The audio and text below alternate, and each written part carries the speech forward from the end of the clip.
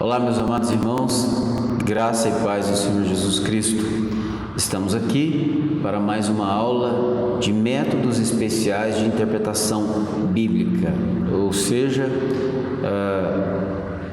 a continuação da matéria hermenêutica. Estudamos hermenêutica geral e agora estamos estudando hermenêutica especial, que são os métodos especiais de interpretação bíblica, que são as figuras de linguagem, né? Hoje nós vamos dar continuidade estudando a interpretação de profecias. Então, os povos antigos compartilhavam da ideia de que os deuses se comunicavam com os homens, e essa comunicação se dava por meio de pessoas iluminadas, ou aqueles homens que eram usados para transmitir essas palavras, ou os videntes. Sabemos que o homem é limitado e, portanto, incapaz de compreender e desvendar a palavra do divino. Surge a necessidade de um especialista que sirva de ponte entre o mundo divino e o humano. Esse era o entendimento no passado. E cada religião, de certa forma, tinha os seus expoentes, ou seus videntes, ou aqueles que traziam a mensagem dessa divindade para o povo. O Antigo Testamento condena uma série desses intermediários, como, por exemplo, os sacerdotes e adivinhos dos filisteus, 1 Samuel 6:2, os magos e agoureiros, adivinhos e astrólogos da Babilônia, Isaías 44:25, e agoureiros, adivinhos e feiticeiros do Egito, em Isaías 19:3. Esses indivíduos, embora possuam certo poder, não são intermediários válidos entre Deus e os homens. Por isso, a lei é clara sobre esse assunto, Deuteronômio 18:10-12. Depois de proibir todas essas pessoas, o texto de Deuteronômio indica aos israelitas a quem eles devem procurar para conhecer a vontade de Deus. E quem seriam essas pessoas? Os profetas. Em Deuteronômio 18, 14-21, a gente vê isso. Então, vamos para a gente perceber a interpretação aí das profecias. Vamos ver primeiro a importância do ofício que foi dado a esse ofício profético no Velho Testamento ou no Antigo Testamento. O profeta, ele era um intermediário escolhido pelo próprio Deus para transmitir aos homens um conhecimento especial sobre o que se deveria fazer no momento em que eles estavam vivendo, aquele momento para eles era o presente, ou para eles perceberem alguma coisa sobre as incertezas que eles tinham do futuro. Então, tanto o profeta era usado para falar alguma coisa que era pertinente ao tempo que eles estavam vivendo, como o profeta também era usado por Deus para anunciar alguma coisa que os lançava para o futuro. O termo profeta vem do grego profetes, que significa basicamente aquele que fala em nome de um Deus e interpreta a sua vontade para o homem. Muito importante percebermos isso. Por quê? O profeta é, então, aquele instrumento usado por Deus para trazer ao homem o entendimento da vontade de Deus, o que o homem deve fazer em relação ao plano e ao propósito de Deus. Essa palavra grega é composta de dois elementos, dos quais o segundo significa falar. O primeiro pode significar por ou em favor de modo então que a palavra pode significar ou falar por ou proclamar, ou falar de antemão. Portanto, o profeta é tanto quem proclama, e geralmente ele proclamava em termos presentes, ou aquele que prediz, ou seja, falando alguma coisa em relação ao futuro. Então ele tanto proclama quanto anuncia o futuro. De certa forma, essa é a dinâmica também que nós utilizamos hoje na pregação do Evangelho. A gente prega uma salvação para o tempo presente, que tem implicações para o tempo futuro. Por isso hoje profetizar é proclamar o Evangelho, é proclamar a Escritura, é proclamar tanto aquilo que é necessário para o tempo presente, quanto aquilo que é anunciado no tempo presente resultará no futuro. Ambos os significados estão implícitos e são encontrados na Bíblia. Quanto à definição do papel do profeta, Farbaim fez a seguinte afirmação: os profetas, em um sentido especial, eram os guardiões espirituais de Judá e Israel, os representantes da verdade e santidade divina, cujo ministério consistia em manter-se vigilante e zeloso quanto ao comportamento da época, descobrindo e combatendo os sintomas de pecado que surgissem e, com todos os recursos possíveis, procuravam alentar e robustecer o espírito da verdadeira piedade. Então, tanto no tempo de Israel, no Antigo Testamento, quanto agora, o profeta, por assim dizer, é aquele que busca manter a ordem de vida estabelecida por Deus, uma vida piedosa, uma vida voltada para Deus, uma vida para a glória de Deus. E toda vez que o pecado entrava e começava a dominar, o profeta era usado por Deus para trazer a advertência de Deus ao povo quanto à maneira como eles estavam se conduzindo, demonstrando para eles que eles precisavam de arrependimento e que eles precisavam consertar a sua vida em relação à vontade de Deus, ao propósito de Deus, porque eles estavam vivendo fora dela. Da mesma maneira, hoje, os profetas ou aqueles que proclamam a palavra de Deus chamam a igreja de Deus e chamam os homens, de certa forma, a mesma coisa, ao arrependimento, a viver uma vida piedosa, a viver uma vida para a glória de Deus, a viver uma vida na dependência de Deus. Então, esse é o caso. O termo hebraico que o grego tenta traduzir é nabi. A raiz significa chamar, pessoa chamada. Profeta, portanto, era alguém chamado por Deus e, como se vê no Antigo Testamento, chamado para falar a verdade, para proclamar a verdade em nome de Deus. Esse significado é reforçado nas formas usadas com frequência no início ou no final dos livros proféticos. Primeiro, a fórmula do mensageiro. Geralmente o profeta, ele usava a seguinte fala: assim diz o Senhor. Isso relaciona a palavra do profeta com as palavras do Senhor. O profeta demonstrava dessa maneira, de forma muito nítida, que a palavra que ele tinha para comunicar não era uma palavra sua, não era uma percepção sua, não era alguma coisa pessoal, mas a palavra que ele tinha para comunicar era uma revelação de Deus para a circunstância que o povo estava vivendo. E percebam, a coisa não mudou. Hoje nós somos chamados a proclamar a palavra de Deus dentro do contexto que nós temos vivido. Ou seja, somos arautos, e eu quando ensinei para vocês na hermenêutica geral, disse para vocês, a regra da hermenêutica é que quando nós vamos pregar, o que se espera de nós é que a gente diga para as pessoas, assim diz o Senhor. Agora, não que haja uma nova revelação, mas olhando para a Escritura, que tem um cânon fechado, o que nós queremos dizer para as pessoas quando nós dizemos, assim diz o Senhor? Nós queremos dizer que assim diz o Senhor a partir da Escritura, a partir da sua palavra.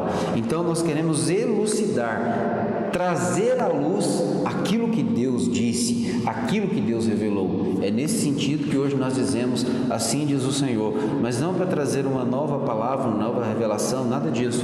É simplesmente para elucidar, é para trazer à luz, à tona, aquilo que já está revelado por Deus. O profeta, quando dizia assim diz o Senhor, Deus estava trazendo para o povo na época uma mensagem nova dentro do contexto que ele estava vivendo ou apontando para alguma coisa do futuro. Nós não temos essa mensagem nova, a mensagem que nós temos é aquela que está na Escritura, que também precisa ser proclamada dizendo, assim diz o Senhor, porque é a palavra revelada de Deus à nossa vida. Então, a outra coisa, a fórmula da recepção da mensagem, segundo ponto, a palavra do Senhor veio a mim, salienta a fonte divina da mensagem e a consequente autoridade do profeta. Hoje nós, de certa forma, não podemos dizer a palavra do Senhor veio a mim, a não ser que a gente diga que a palavra de Deus ou a Bíblia Sagrada foi colocada nas nossas mãos, porque a palavra veio a outras pessoas que foram utilizadas para a composição da Escritura Sagrada. Então nós pregamos a palavra que vieram a outros, dando continuidade à sua proclamação. Então essa foi a fórmula que essa mensagem foi recebida. Veio a mim a palavra do Senhor. E a terceira coisa, a fórmula oracular. Diz o Senhor. Literalmente uma mensagem que foi proferida pelo Senhor. Então o profeta se torna um oráculo, porque ele recebe uma mensagem oracular. Ou seja, ela vem de Deus, Deus diz a palavra, Deus revela a palavra, Deus mostra a palavra que deve ser dita, e o oráculo, o profeta, simplesmente proclama aquilo que foi dito por Deus, certo? Então, os profetas exerceram um papel fundamental na transmissão dos princípios, dos fundamentos da fé ao povo de Deus, porque Deus foi fazendo essa construção usando suas vidas para mostrar ao povo a sua vontade. Pedro faz referência a isso, dizendo que nenhuma profecia foi dada por vontade humana, mas por revelação divina. Então, os profetas não profetizaram porque eles quiseram, imaginaram ou intencionaram isso. Os profetas profetizaram porque Deus lhes deu uma palavra e eles tinham a responsabilidade de proclamá-la para o povo. Nós vamos ver agora os tipos de profecias que nós encontramos na Escritura. Segundo afirma Terry, através de toda a Bíblia e constituindo um laço de unidade entre o Antigo e o Novo Testamento, encontramos um lastro de oráculos inspirados que predizem o futuro, elaborados com todo tipo de figuras de linguagem incorporado a tipos e símbolos, que é o que nós vimos anteriormente na aula passada. E muitas vezes essa revelação profética, essa palavra profética, ela vinha dessa maneira, às vezes na forma de um símbolo, às vezes na forma de um tipo. Então, vamos lá. No decurso da revelação bíblica, a profecia foi repetida de formas variadas, mas podemos agrupá-la em dois grupos principais. Primeiro, profecias messiânicas. No âmago da profecia messiânica temos Cristo e sua obra. Então significa que a palavra revelada lá, de certa forma, apontava para Cristo e para a sua obra. A profecia messiânica tem como objetivo central e glorioso o reinado de Deus entre os homens e a consequente derrota do mal e exaltação e felicidade de um povo que ama e obedece à justiça. Este é o tipo de profecia que se constitui no aspecto essencial da revelação do Antigo Testamento. Então, olhar para o Antigo Testamento é não perder de vista que tem uma palavra profética ali apontando para o Messias e para a sua obra, por isso profecia messiânica, apontando para o Redentor, apontando para o Salvador e a obra que ele iria realizar em todas as suas nuances, tanto na sua humilhação, tanto no seu sofrimento, quanto no resultado do seu trabalho, quanto no estabelecimento do reino. E aí há muitas coisas que nós podemos perceber na profecia no Antigo Testamento, apontando para o Messias. Na interpretação da profecia messiânica, não há consenso entre os estudantes. Pelo menos dois grupos se destacam. De um lado estão os chamados literais, que insistem na interpretação literal das profecias, e, por uma lógica natural, defendem uma futura restauração temporal dos judeus a Jerusalém, a reedificação do templo de Salomão e a restauração do culto hebreu. Do outro lado, estão os que insistem na interpretação espiritualizada das profecias messiânicas. De qualquer forma, para se alcançar uma interpretação fiel da profecia, é preciso distinguir entre as formas de linguagem e o pensamento predominante do profeta. A profecia messiânica se apresenta em duas formas básicas, ou como uma representação impessoal do reino em seu poder e justiça, ou como uma representação pessoal do Messias em todo o seu triunfo e glória. Como eu disse para vocês, olhando para as nuances da obra redentora de Jesus, do Messias. O outro tipo é de profecias apocalípticas. Luke diz que no termo apocalíptico inclui a suma de todas as revelações dos acontecimentos finais do Antigo e Novo Testamento. Por sua vez, define o termo apocalíptico como sendo um termo teológico que designa toda classe de escritos proféticos referentes ao juízo iminente e pelo menos futuro. É a glória final do reino messiânico. Se de um lado temos as profecias messiânicas que apontam para Cristo e a sua obra, aqui nós temos o resultado final da sua vida e da sua obra, aí já no epílogo da história, no fim da história.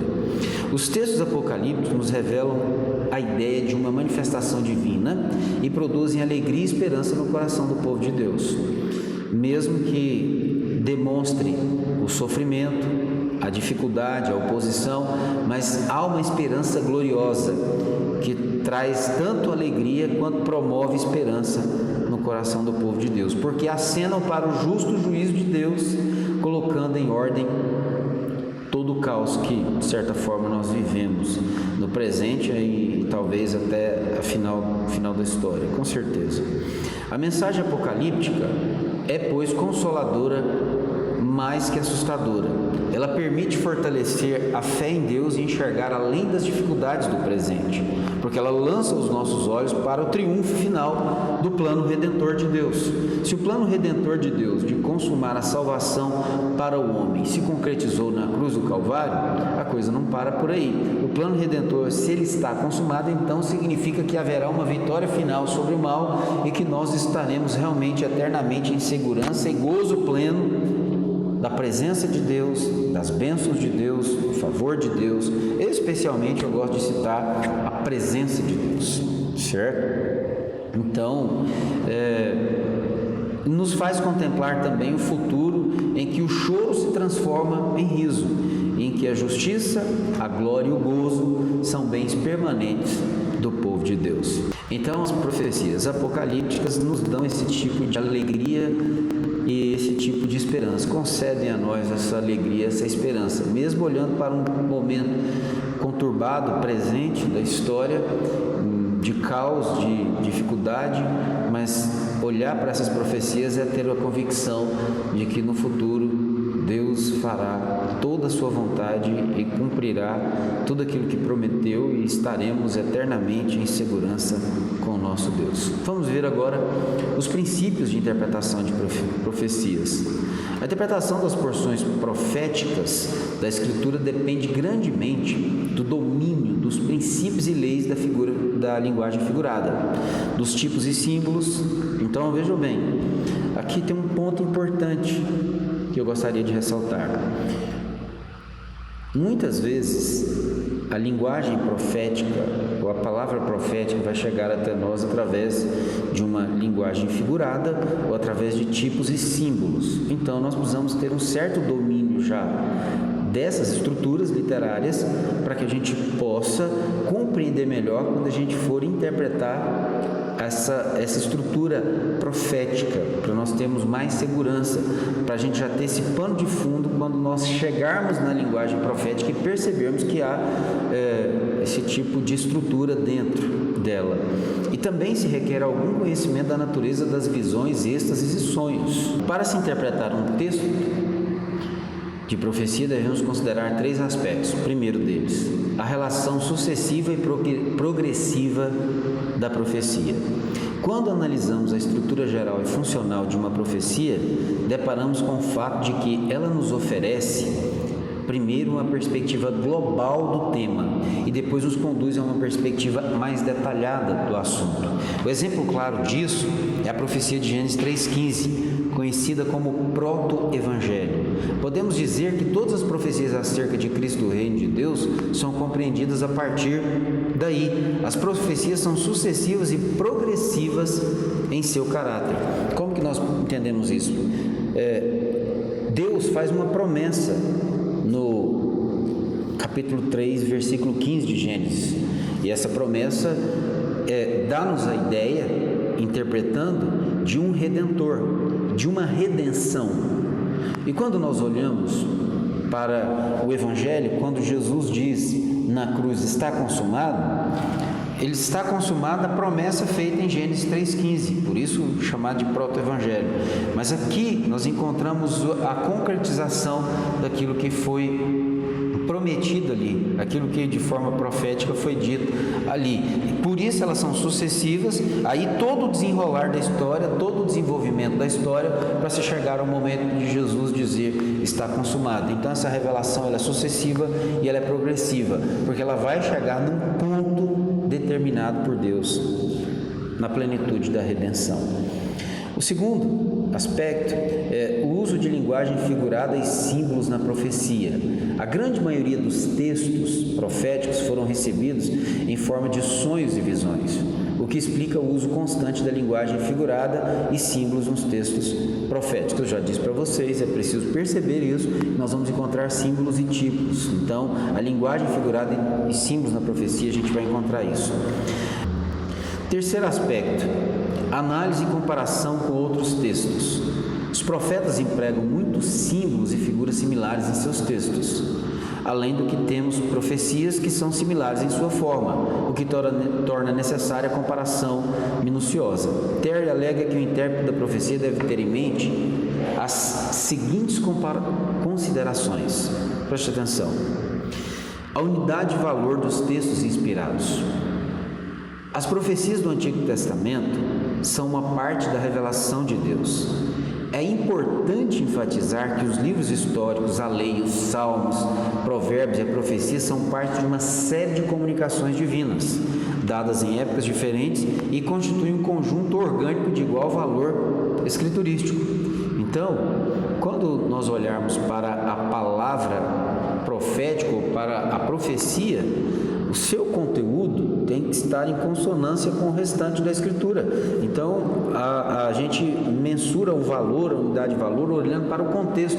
Nunca vai estar em desacordo com aquilo que já está revelado em termos de conceitos, em termos de princípios estabelecidos por Deus, certo? A segunda consideração, a compreensão da profecia dentro do seu contexto. A profecia trata de pessoas e eventos do tempo em que foi pronunciada. Então, é preciso ver o contexto histórico, contexto cultural do povo. O profeta declarava a mensagem de Deus para o seu tempo. Por isso encontramos na profecia alusões aos acontecimentos contemporâneos, aquilo que acontecia naquele tempo. Isso implica que para interpretar a profecia é necessário um conhecimento histórico como forma de entender e aplicar a mensagem do profeta primeiro no seu tempo e depois ao nosso. Sempre lembrando daquela dinâmica. A gente entende o texto primeiro no tempo em que ele foi escrito, a partir de quem o escreveu, a partir de quem o leu, quem o recebeu, ou quem estava presente no momento da composição, ou seja, quem viveu a história, para a gente ter um pano de fundo cultural, contextual, e a gente poder perceber o que foi dito dentro do tempo que foi dito, para a gente poder fazer a transposição disso para o tempo que nós vivemos. Esse é sempre um desafio. E aqui esse desafio é importante por quê? Porque quando formos pregar, especialmente se formos pregar expositivamente, nós vamos sempre lidar com dois mundos, o mundo do passado e o mundo do presente. O mundo em que o texto foi proferido, ele foi mencionado, ele foi usado, ele foi proclamado, e o mundo que nós temos diante de nós, que são as pessoas para as quais nós iremos proclamar no presente. Então, o intérprete, o proclamador, o pregador, ele tem que fazer exatamente isso, trazer o conhecimento que foi dado no tempo passado e transmiti-lo para o público presente, mantendo toda a fidelidade daquilo que foi passado para aquele povo e que tem a sua utilidade, a sua validade, a sua importância para o tempo presente. Por isso o pregador sempre lida com dois mundos. A terceira consideração, as qualidades pessoais e as características individuais de cada profeta. Os profetas escreveram e falaram profundamente conscientes de serem oráculos de Deus. Foram impulsionados pelo Espírito Santo, mas não perderam jamais a consciência de que eram humanos e as verdades divinas por eles comunicavam tomavam forma de acordo com as suas qualidades mentais e psicológicas. Ou seja, Deus usou vários profetas, e esses vários profetas que ele usou, cada um tinha a sua maneira de ser, o seu temperamento, o seu contexto cultural, a maneira que viviam. Cada um reagiu de uma maneira diferente à mensagem que lhe foi dada para transmitir. Alguns nem quiseram mesmo transmitir, como foi o caso de Jonas. Ele nem mesmo queria transmitir a mensagem de Deus para Nínive. E aí nós temos outros casos. Alguns como Abacuque, que chegou a questionar a Deus, e Deus permitiu que ele questionasse sobre a questão que estava acontecendo em relação ao povo de Deus, sobre a questão que estava acontecendo do juízo de Deus, que ia acontecer do juízo de Deus, que Deus ia trazer esse juízo, e o instrumento que ele iria usar, que eram os babilônios. Ele questiona a Deus, como que pode Deus permitir um povo bem mais impuro do que o povo de Israel vir fazer toda aquela coisa e Deus o responde. Então há várias questões em relação à maneira de existir do profeta, ao seu temperamento, aos seus questionamentos. Então tudo isso faz parte, está dentro, e Deus fez uso dessas pessoas levando em consideração as suas qualidades mentais, psicológicas, mas transmitiu sua mensagem, certo? Então fica para nós aí para perceber a questão da interpretação das profecias, todas essas nuances aí, perceber que dentro da profecia nós vamos encontrar outras estruturas literárias que nós também precisamos estar seguros nelas, para que nós possamos chegar a uma boa interpretação, saber que nós lidamos com dois mundos, o mundo do passado, aquele em que a profecia foi proferida, e o mundo presente, para o qual nós vamos transmitir o conhecimento, o entendimento daquela profecia e quais são as suas aplicações para o tempo que nós vivemos. Amém? Deus abençoe os irmãos. Graça e paz.